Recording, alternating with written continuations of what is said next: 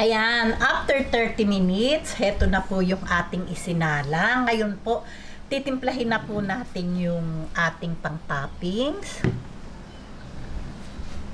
Heto yung 1/3 cup na evaporated milk. Heto naman yung ating 1/3 cup na condensed milk.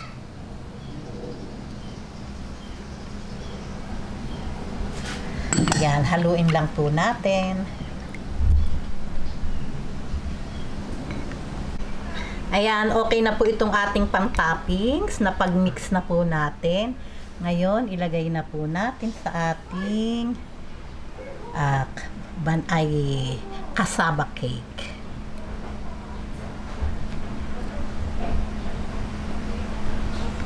Ayan, ngayon po meron po akong natirang cheese. Ayan, sa gusto po noong may cheese, pwede po kayong maglagay. Ito po ay melted cheese, pero kahit anong cheese po ay pwede.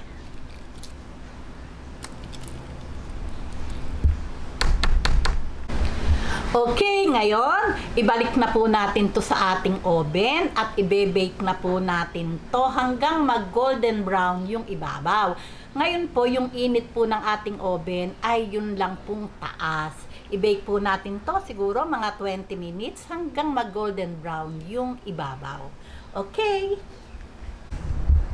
Ayan, heto na po. After 20 minutes, heto po, na golden brown na po yung ibabaw at medyo lumamig na din po. Ngayon, hiwain na po natin.